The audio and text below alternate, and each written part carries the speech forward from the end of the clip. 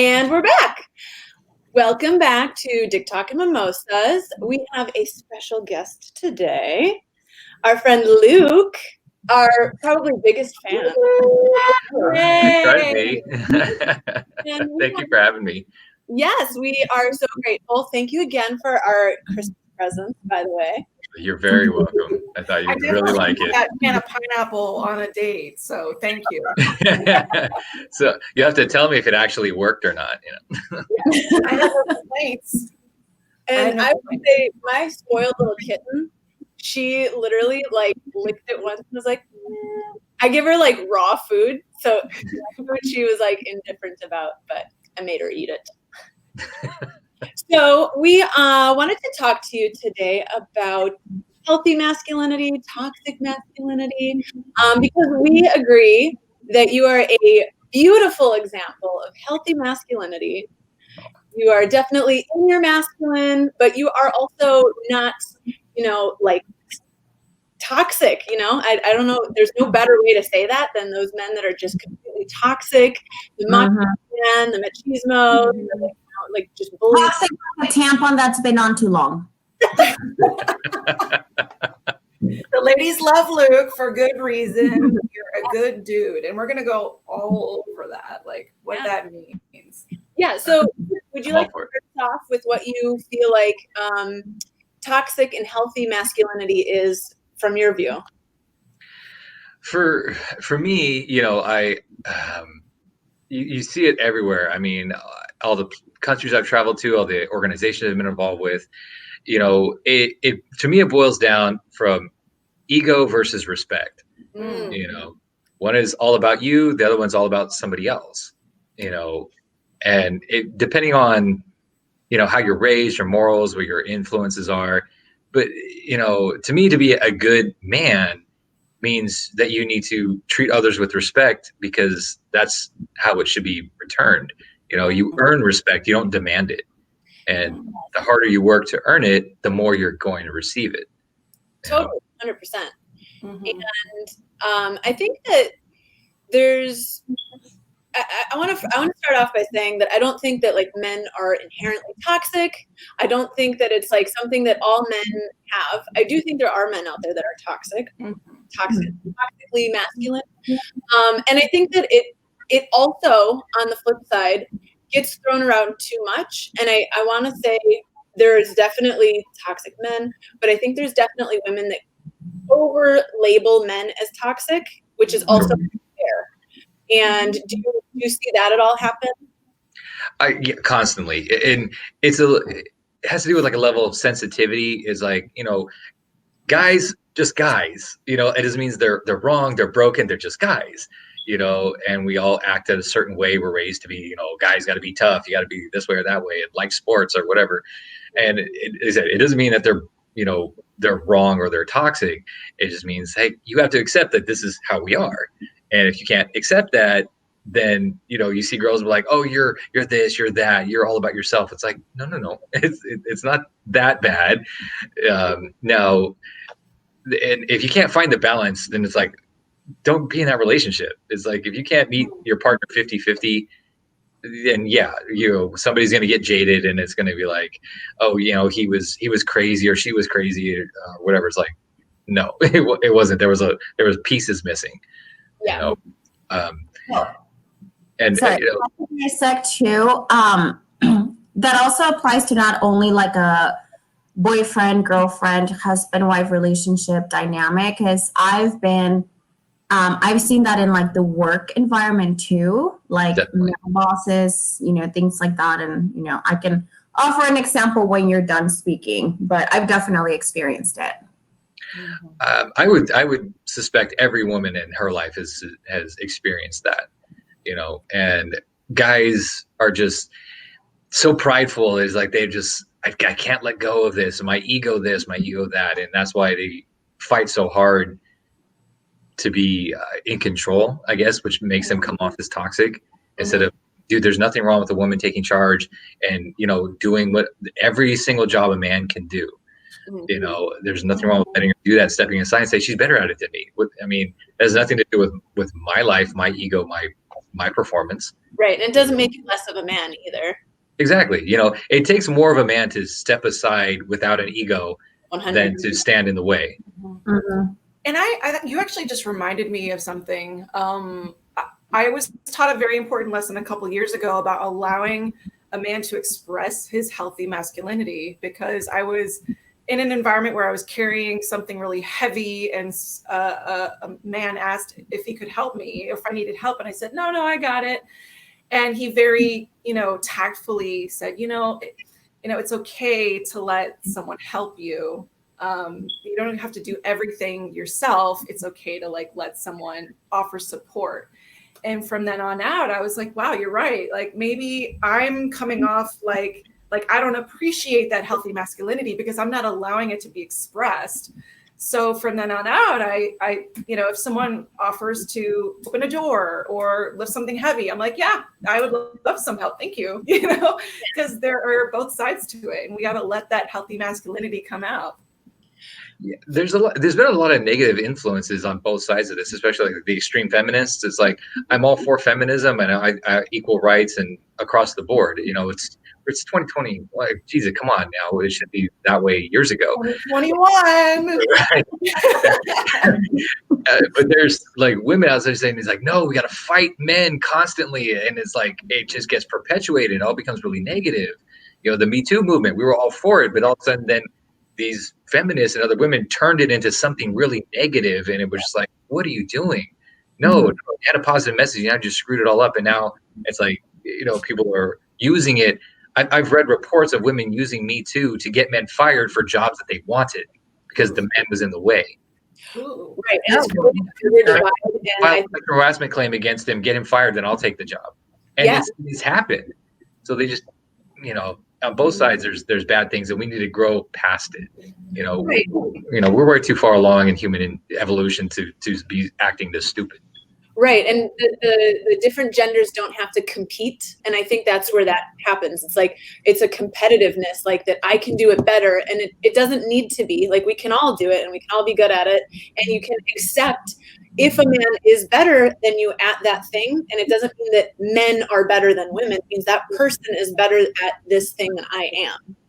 But Sure. I think we get lost in that message sometimes, thinking like, if a man can do this better than me, that means that like women are failing and men are dominating us or something. And it doesn't have to be that way. Definitely. I have an opinion about that because a few years ago, I ruffled a few feathers because I do that. Only a few?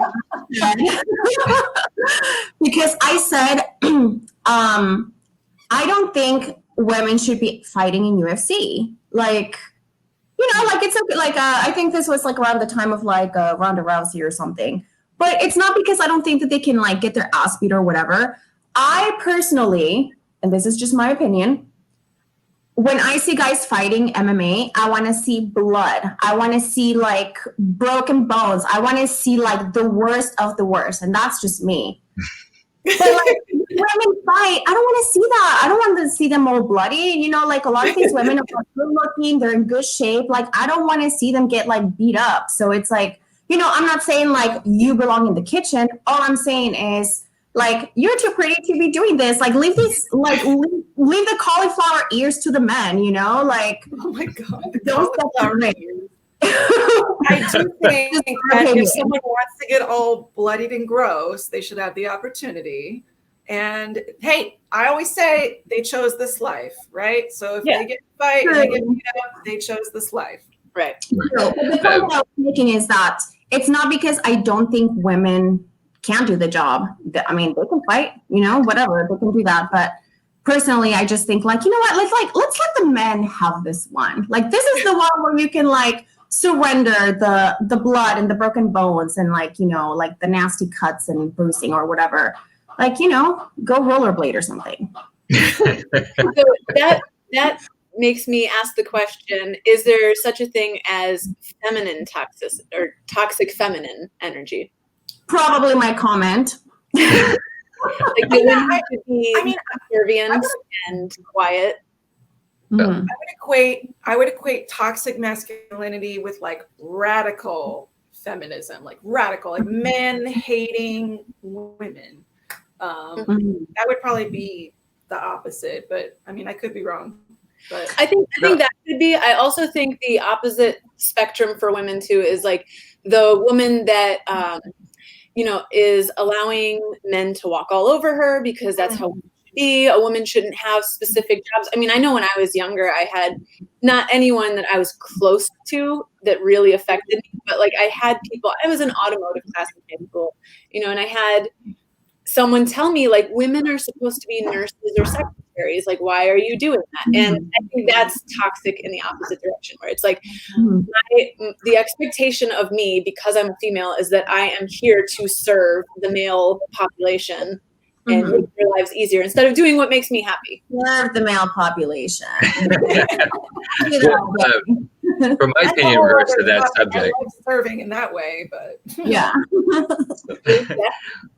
So I was saying, and what I've seen in that is the women that know, like, hey, you can't hit me, so I'm going to go crazy on you because I expect you not to retaliate. Yeah. That's when I see these women go way too far. It's like you're abusing privilege that's been given to you, and thinking that I can do whatever the hell I want because you can't touch me. It's like, you're going to say it to the wrong dude, and he's going to hit you like a man, and it's going to be all bad. Yeah, and he's going to be the bad one. But you're the one that started it, and you pushed it too far. Right. You want to be equal. We are equal here. So if you're going to start this, make sure you can finish. I love watching those World Star videos where like some girl is like egging on a guy and he's holding back, and then like she's just like on his face and he can't take it anymore, and then bam, you're out. Right. Then it starts this whole firestorm of like, oh my God, he did this. He's blah blah blah blah. Like he was literally punching and kicking him for like 20 minutes. It's like, when is it enough? Right. Yeah, I'm all for it. Well, I have a question, Luke. Have you ever experienced a woman who scoffed at you opening a door for them or doing something chivalrous? I mean, have you ever had that experience? I have. It's not frequent, but it does happen.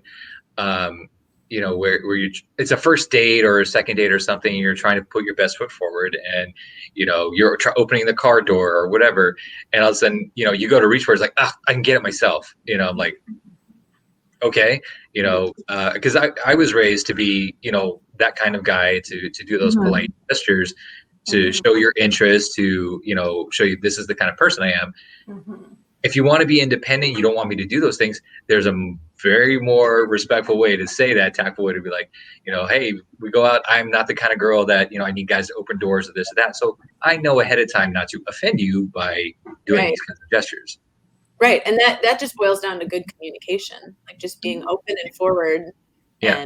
And sometimes girls are just as bad as not communicating as guys are. 100%. I'm probably guilty of that. Just manners. Like, that's just manners. Like, I grew up where both of my brothers opened my door because my dad has done it all his life. He still opens my door, everyone's door, like things of that nature, to the point where like now I expect it. So like when someone doesn't do it, like it really makes me question, what kind of degenerates they are. And I'm very local. Like, I will say something like on a first date or second or whatever, if a guy doesn't open my door, like whether it's to the car, to the restaurant, I will say, I will just stand there and I'm like, does this open itself? Is there like a feature where like it pops open, or like, do I open it? Like, how does this work? And like, I a joke, and if they don't get it, like, it's a big red flag. But no, I completely agree. If a guy's not doing those kind of chivalrous things, then obviously you can tell what he's about. What his ultimate goal is for the date or the evening. Something minor too. Do you think though that maybe some guys don't do it because they used to do it and they were jaded by someone who scoffed at them and gave them crap because they opened their door? I mean, it's possible. Yeah. I can't say it's not possible, but it would have to happen very often for them to just flat out slap everyone. Some guy complained about me sucking his dick, so I don't do it, Like, that would never happen to me. I would just... Yeah, exactly. It's like, I'm not going to just because someone said yes. Yeah. If that was the case, like, I would never date again. It's like, well, this guy cheated on me, so every other guy is going to cheat, so I'm never going to date because I never want to, experience that again. you know. Right. It had to be something really bad. Like if he was in a long-term relationship and this woman was constantly on him about this and that, and just made his life hell, then I could see that. But just casual, just dating in general, no, that's more just that's your personality. Yeah. It's all about you, not them. I have 3 examples of what I think toxic masculinity would look like, and I would like feedback from you guys if you agree or if you have more to add to that. Okay. So for the first one, I have suppressing emotions or masking distress. Yes. So I think that's a very standard stereotype that unfortunately our society seems to repetitively kind of force upon men, is that like, you're a pussy if you cry or if you know what an emotion is, you know? So I think that's one. Maintaining an appearance of hardness. So yeah, just always needing to be, you know, the one in control, or, you know, the know-it-all. And this one, I think my own personal experience, violence as an indicator of power. And I think that even brings us into like the idea of alpha versus beta. Because I think that there's a misunderstanding of alpha versus beta in that regard too. Like the alpha is the stronger one physically or something like that, like some kind of misunderstood notion of what like being an alpha male might be. And that I think often I hear is just, yeah, the person that just feels like they're in more control or overpowering or something like that. But I think it really boils down to a mental cognitive control. Not the fact that you're taller or stronger or whatever weird thing. I think it's like being really in control of how you process, you know, your own emotions or respond to people, things like that. I think that you're the alpha when you can be able to be in control of yourself. Like if you can't control yourself and your reactiveness, you are definitely not the upper hand in any kind of situation. So what do you guys think of that? I agree with the whole, when you say suppressing emotions, because I can't tell you how many partners I've had who've not been able to cry or get vulnerable with me just because, I don't know, they're raised to think that that is weak. And that is the complete opposite. It is really strong to break down those walls because it's hard. It's hard to let down those walls. And I want someone who's going to be vulnerable with me and allow me to be vulnerable, because I'm an Aquarius. I like to get emotional. So I want someone who's going to create a safe space for that and get vulnerable with me. Yeah. I will add to that. So I think it's also a cultural thing. And I think I've discussed this before or have like just like mentioned it in passing, but that's one of the reasons why I don't like dating men of my culture, which are like Mexican or Hispanic, because a lot of the base of masculinity is based on a lot of toxicity. They're very macho. They're very tough. They show no emotion. We've progressed a lot, you know, as far as like, you know, like the men roles and the female roles, but it's still very like in my country, it's still very like where like the woman belongs like at home having children. Not so much in my family. A lot of like my female cousins, you know, they had their children early and now they're like, you know, they have careers and work in offices or whatever. But for the most part, that's, you know, like a lot of, you know, we're still not as progressed in that department as we would like, but that's like what I grew up in. So I think that's like one reason why I'm like on this complete opposite spectrum where like I want a guy that shows none of that, because I grew up watching that and I lived it in my home with my dad and my brothers a little bit and how they treat their significant others. And I don't fucking like it. So I, you know, that's why I'm very like, you know, like strong, independent, very, you know, I can do it all type. And I like men who are the opposite of that, that show feelings and emotions and are a little bit softer, you know, that matches more what I'm looking for. Yeah. Luke, do you have anything to add to what you feel like is toxic? For sure. All my travels through the United States, I've seen it's a lot of it's regional too, as well as cultural. You know, if you go to the Midwest, you go to, you know, the East Coast or West Coast, there's something else that's going to add to this possible toxicity that men get brought up with. Mhm. you know, and if you can't find that balance within yourself and know what's good from bad, you're just like, well, okay, that's what my dad did, that's what I'm going to do, and it just keeps perpetuating these bad stereotypes of what men really need to be, and they don't see the real examples of men out there that are doing, you know, the right thing and being chivalrous and, you know, treating others with respect. And then it bleeds into their ego and their power, and because their friends are, oh, you're not a man, blah blah blah, you're a pussy, blah blah blah. Now you got to toughen up and act like you don't care about people when you really want to, but then just becomes, well, that's just what I do all the time, so now it's just normal for me to not give a shit, you know. And that's just no way to further society as a whole. That's why these third world countries still act in this old patriarchy model of, you know, men are superior and women are not, Mhm. you know. And it's horrible to see that that's still going on even in this, you know, modern world. Yeah. Oh, I have another little guest who wants to say hi. Yeah. Is that a kitty? It's Ozzy. Ozzy's baby, you know. That's How so old is Ozzy We're now? not watching the YouTube. 4 months. 4 months. This lady brought her kitty Aussie. Mhm. Aussie like Australian. Mhm. Right. So, but yeah, it's you know, guys, you know, and a part of just being a guy in that natural instinct is to be tough and aggressive, you know, and to hold back that stuff as well. So there is a part of nature versus nurture that does come into effect of where guys kind of stand. Right, and I'm glad you brought that up, because I want to clarify that I don't think that the toxic masculinity came out of nowhere and is just truly purely bad. It's maybe not effective in the time that we live in right now, but if you think back to, you know, I don't know, caveman days or something, like there was a purpose, there's a reason it was there, and it was very this, you know, like the men are the providers, therefore those traits are important to the female that needs someone to protect them or whatever, you know, like it came from somewhere. Yeah, because I'm not gonna fight dinosaurs. What's that? I'm not gonna fight dinosaurs. Right. Yeah, you're not even gonna fight anyone in the UFC, so you're not fighting dinosaurs. Yeah, right.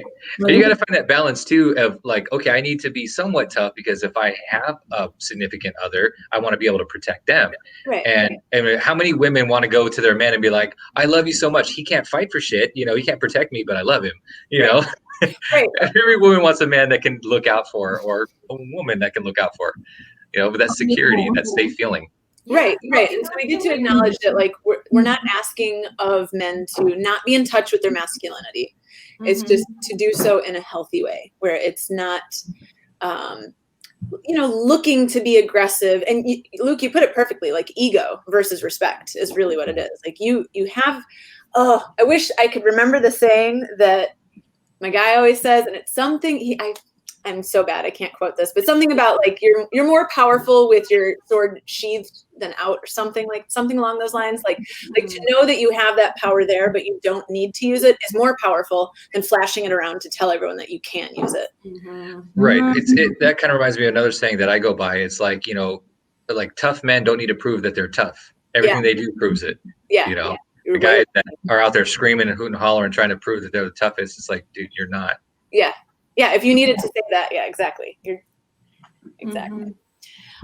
Do we have any kind of comments on what we believe alpha versus beta is? Because I think that's something that kind of comes up on this topic a lot, and it's kind of unclear. And I would say even myself that I was kind of unclear what, you know, this alpha versus beta ideology might really actually mean. But I think after having a conversation today, I do think I feel a little more strongly that it's more of an internal thing. As far as alpha versus beta, like I have a friend who he has a whole comedy set. He's a comedian. He has a whole comedy set about how he's a beta male, right? And he's very funny. Noah Kopfer, shout out to Noah.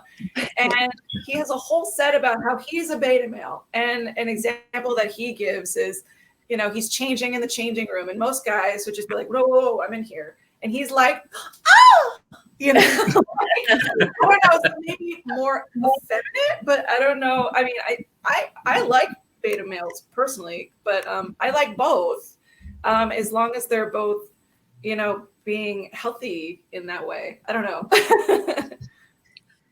I have a fun little list that I can read that I found that I think put a different spin on it for me and a different understanding on it for me. So this category says the alpha would be the mature male.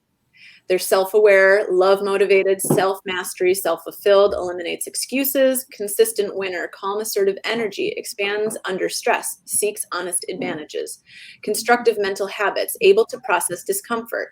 With women or love and sex, it would be cooperative with women, views women as partners, intrigued by women, marries to share values. Sex is about communication, willing to listen and learn. Life views, life is love-based, together we win. Sees himself as a student of life, seeks meaningful experiences. And then the beta, that category is labeled as the immature male.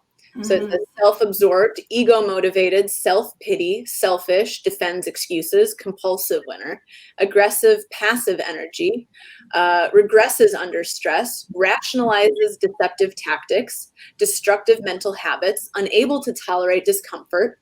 With women and love and sex, it would be competes with women, views women as possessions, intimidated by women, marries to meet needs. Sex is about validation, unwilling to listen and learn, and life views. Life is fear-driven, every man for himself, sees himself as a victim of life, faces meaningless things.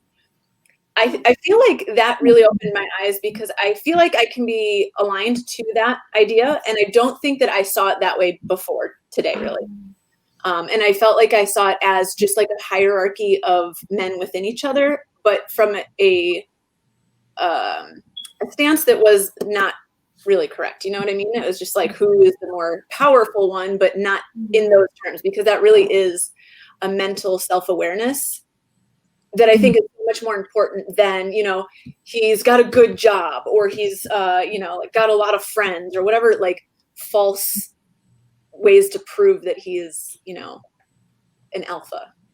Yeah, it comes from like a lot of like materialistic things. Like, I have a friend on social media. I mean, we're friends in real life, but in social media, she just went through like a very bad breakup. And, you know, she's young, and I see that like the things that she's attracted to, that she's like posting about, and like the current person that she's dating, it's kind of like the bad boy type. But what I'm seeing is like she's saying something different than her ex, who was, you know, like, you know, maybe not as good looking, but, you know, he had like a nice job. He was secured. He wanted to settle down, have kids. And this new guy, he's like a little bit more of a bad boy, but he has like, you know, he spends a lot of money on her, and, you know, like the sex is great and things like that. So she's looking at like those things, thinking that like they're better for her. But I'm thinking in the long run, because I'm much older than her, I'm thinking like, girl, what the fuck are you doing? Like, that's not, you know, like you were saying, like, I feel like her ex, they broke up for, you know, personal reasons, which I won't discuss because obviously they're personal and private.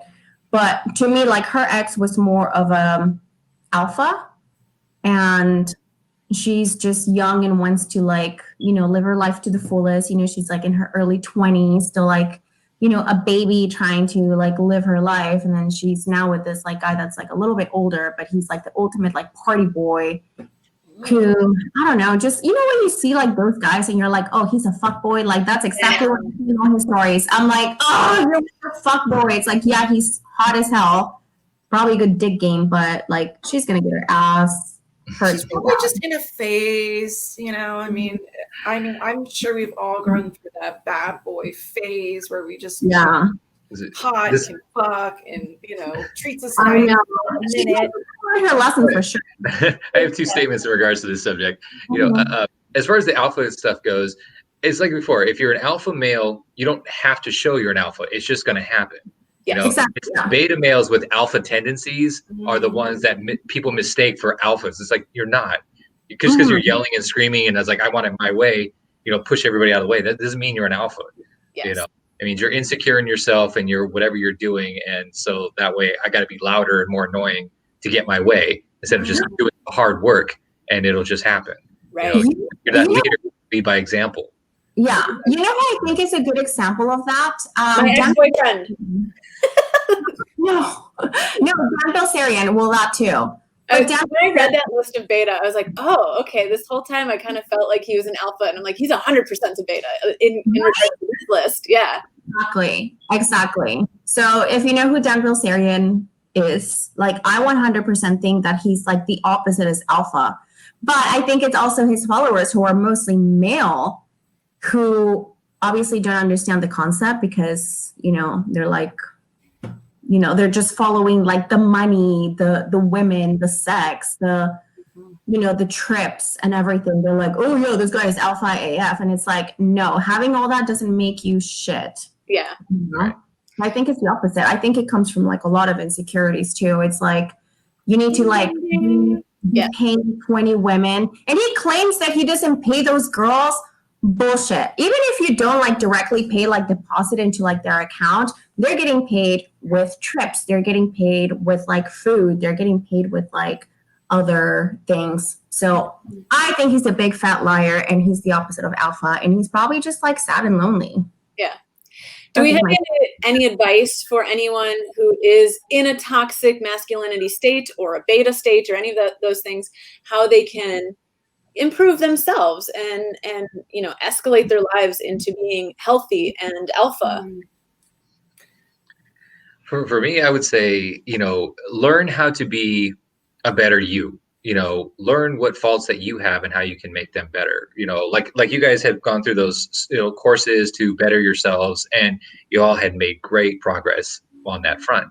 It's taking that, you know, you don't have to go to formal class to do that. It's just, how can I be a little better today? You know, what nice thing can I do for somebody else, or how can I be thoughtful in this moment?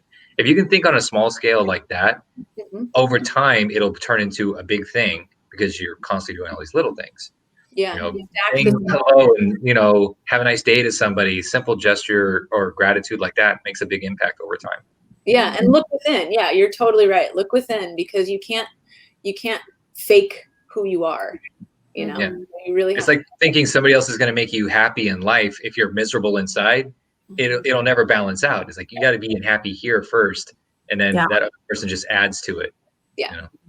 Yeah, but you also have to acknowledge that, because for a toxic male, and I'm talking about like the most like toxic of toxic, like to acknowledge that it's going to take a lot of freaking like work to acknowledge that, like, hey, yeah, I'm toxic. Like, what do I do about it? Because a lot of times, you know, it's a circumstance or an event or something to open your eyes to that.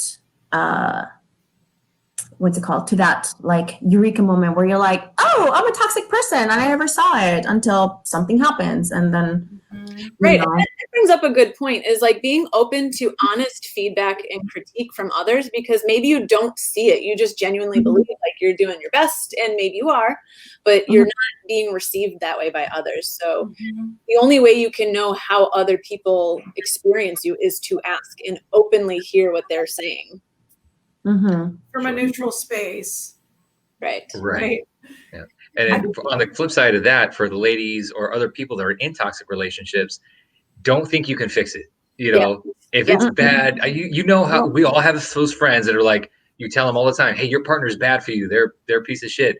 And they're like, no, I can fix it. I can make it better. And they're just so intertwined. They refuse to let go of this relationship because they don't want to be proven wrong that they made a bad decision of being with this person. It's like, you know what? Grow past that. Get better. It's like when people tell you this is not good, you might need to take a step back and say, I need to get out of this. Right. Or and recognize the flags before you get in it.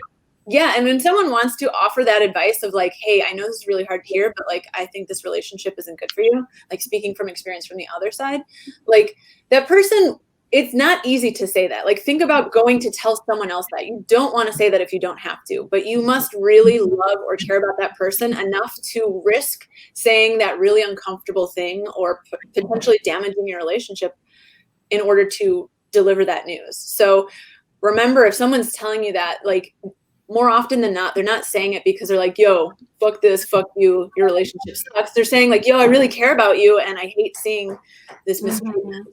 And it's really hard to accept, but yeah. And our friends know us better sometimes than we know ourselves. And so if they are saying it, just know that maybe you don't see it because you are in it and you're blinded to it. So just come from a neutral space and take the feedback and, it might help. Yeah.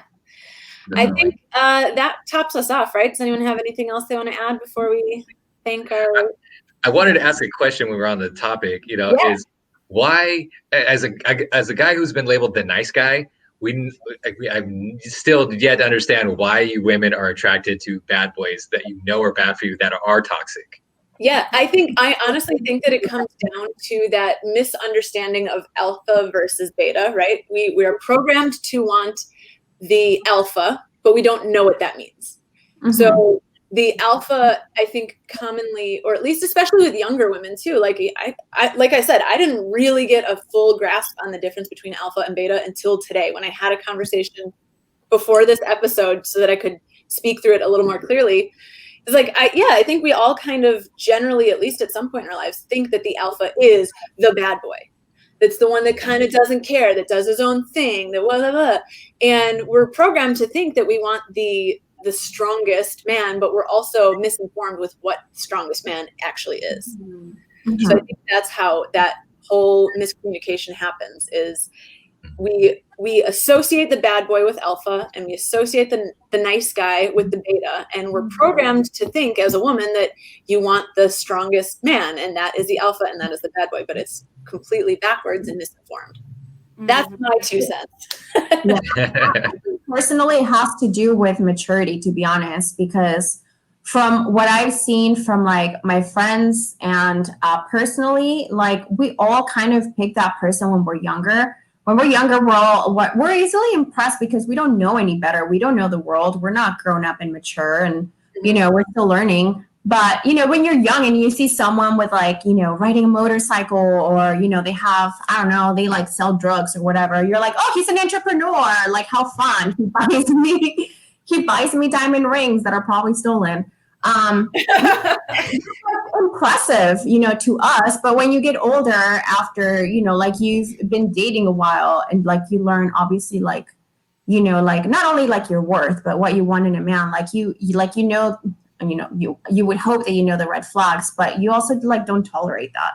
And I think that's where kind of like we're all at right now. Like I think us personally, the 3 of us, like we know the difference between like a toxic and a non-toxic male. So, but like Jennifer said, from experience, I think we've all experienced the toxic, the beta, all the shit to understand what the opposite side is. Yeah, exactly. So we've been through it all. We've sucked all the dicks, and we found the non-toxic ones, and that's where we're at. But I will say, chivalry is not dead. No. I very much appreciate, for the record, I will say, I love it when a man opens my door. I love it when, if we're walking on the sidewalk, he walks on the side closest to traffic. I love all of those chivalrous things. So there are people who when he pays for the first date. What? When he pays for the first date, and all of them. To each their own, Anna. Yes. Yeah, and I think that in women out there that are listening, which is less than half because most of our listeners are men. But anyway, the women that are listening, if you want that chivalry, you want the man to open your door, you want him to pay for dinner, you want all these things, then you get to receive, because they're not going to do it if you're like, no, it's okay, cool, I can do it myself, because okay, cool, you're shut down to that, so I'm not going to offer it. Mm-hmm. So you have to be open to receiving that in order to receive that. Mm-hmm. Yeah. Right. And we'll add to that too is, for guys, it's like, please say these things. It's like, a lot of these guys, either they don't know better or they're afraid to ask. It's like, you know what? Hey, vocalize what you want, otherwise you're not going to get it most of the time. Just like in bed. Yes, it's very key place to do that. Mm-hmm. All right. Well, I think that's about time for us, right? Yeah. All right. So we would like to thank you, Luke, so much for coming on. We value your opinion. We value your support. We value you as a person. You are fantastic. Thank you so much for being on our podcast. And we would also like to thank our liquor daddy over at the Liquor Fountain, and the address is 5203 Fountain Avenue. They gave us some beautiful Zonine champagne. I made a French 75 with mine. You guys had mimosas, I think. Checks. I ordered it yesterday. I'm obsessed with this one, by the way. Yeah, and if you haven't gone on the Liquor Fountains app yet, you 100% should, because if you live anywhere in the vicinity of the Liquor Fountain, you can just get that delivered to your house like Anna and I do. Mhm. Just shows up. They're the best. Anytime. I mean, man, they accommodate a lot of bullshit for me. So I appreciate you guys over there. They're healthy masculine. They're healthy masculine. Masculine. We love our liquor daddy. Super masculine. Of what we are talking about. Yeah, and if you need a little extra boost, go read my review for the Liquor Fountain. I will figure out how to link that to our Instagram or something, because I wrote a little review about them because I love them over there. So, and that's it. Until next time. Have a beautiful week until next week, when you get to have an eargasm from our beautiful voices again. Bye. Look forward to it. Thanks for having me. Bye. I love you guys. Bye.